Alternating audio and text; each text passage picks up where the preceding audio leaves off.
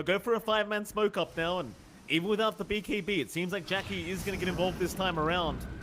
Into T1 they go. White one already in position on the Pugna to try and break the smoke, but they are going to wrap around the long way here. Boom Esports might run right into Carl.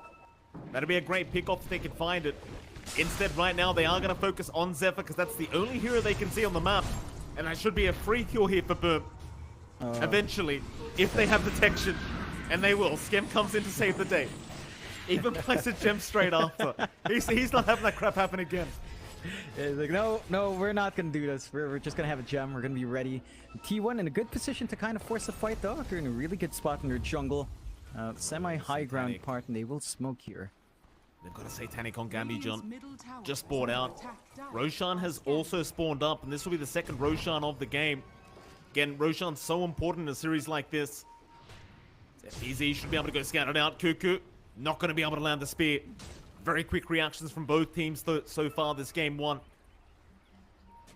The issue with Roshaning right now, if you're T1 though, is you're always going to have the problem of Jackie just split pushing lanes.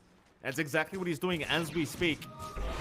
It's just so hard to catch out an anti-mage anyway. And Jackie, he'll just keep split pushing side lanes. Eventually, Boom will try to find an opening for that second Roshan. T1 just so wary not to give that away for free.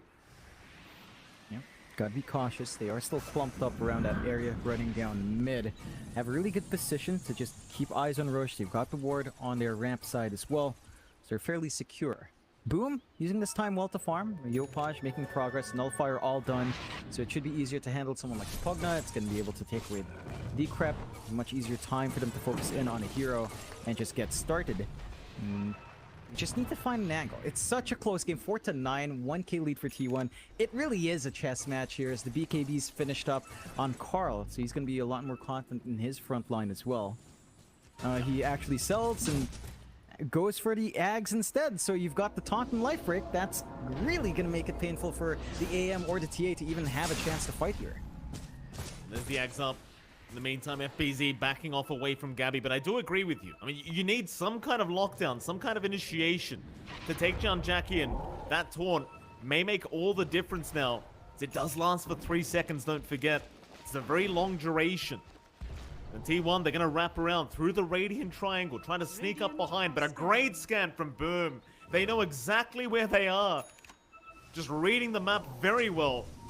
Jackie's going to buy a BKB out now, and they might try to force this fight. Gabby, he'll move in, but FBZ, he's broken the smoke and moves in with the epicenter. But who have they got? It's going to be White Mon on the backside. Yopaj, he tries to jump in with the Nullifier, but now he's been caught out. With a bushwhack, he might just drop, and he does.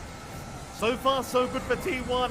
If they'll chase for a bit more now, they'll find Skem, and all they lose is White Mon, as they've even found another, and it's going to be FBZ on the Sand King, who tries to run away, but in the meantime, Zephyr, he will also drop to Jackie. FBZ still going to try to run, but gets taunted by Carl.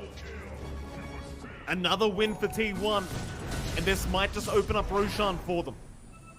It's a big opening for T1. Still a couple of buybacks here for Boom.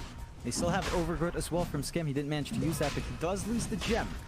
That's on Carl. That's on Cuckoo now. So he's going to be able to spot out a lot better, spot out wards, get some info out. And Roche doesn't take too long when you have a Husker, of course. So they're just going to be able to take it just fine. A shard up there as well. And we'll hand that over to Carl. So fully kitted out. Inner fire upgrade as well.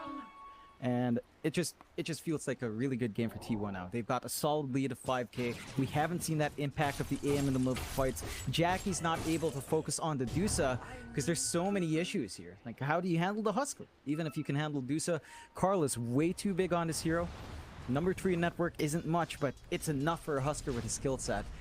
And we're just seeing Yopaj forced to jump in only on a Pugna. It's not the target you want to go for. It takes way too long to kill. And the follow-up control is always there from T1. T1 have just played this game 1 to perfection so far.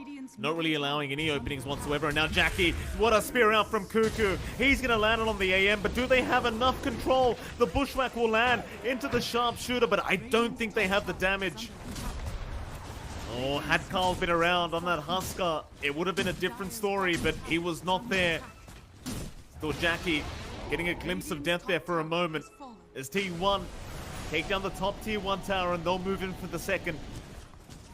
He'll even have passion now up on Carl. I love it. Ranged basher. Here we go. Carl feeling it. Feeling great. Eventually into the Abyssal. That's where it feels a lot better. Bash through the BKBs. The spell immunity coming out here for Jackie and for Yopach isn't going to feel great. Sieging onto the high ground. Aegis still to protect the Dusa. This is a rough time for them. They have good high ground defense. They really need to find a good angle with the Overgrowth and the Burrow Strike epicenter here. Really smart itemization though from T1. Like going back to the Basher, once you have the Abyssal Blade up, as soon as that taunt ends onto Jackie, you just stun him with an Abyssal Blade. It makes enough sense.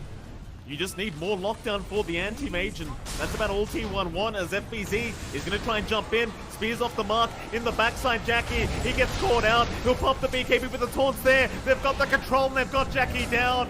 He's got no buyback. Oh, and here goes Yopach. He will be the third to drop without buyback as well. Oh, and suddenly T1, it looks like they've got 2 Raxes. In fact, they're going for T4 towers now.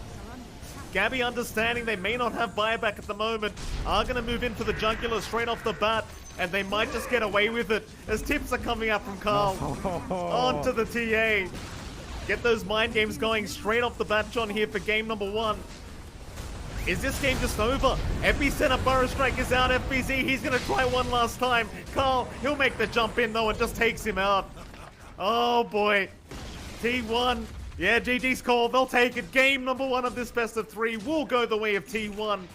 And it was a rather slow, methodical game, Jonathan, but you've got to give it to T1. They just make no mistakes. They play so clean. They have this amazing draft that comes out. They bait out the TA. They almost bait out that AM as well. Counter picking with a Husker, having a great lane mid to handle the TA, having this big core that's very hard to burst down in the Mars and in the Husker. Like, T1 just plays so perfectly. They draft so well.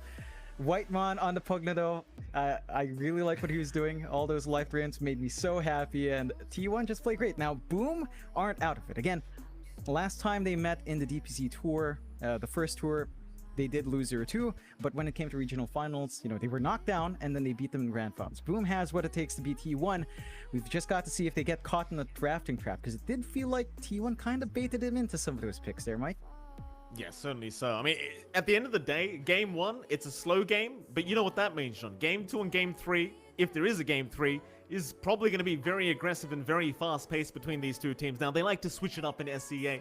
So with that, it is MLP Dota and Drenix Fire. We'll head to a very short break, and right after that break, we'll be back with our lovely panel for game number 2's draft.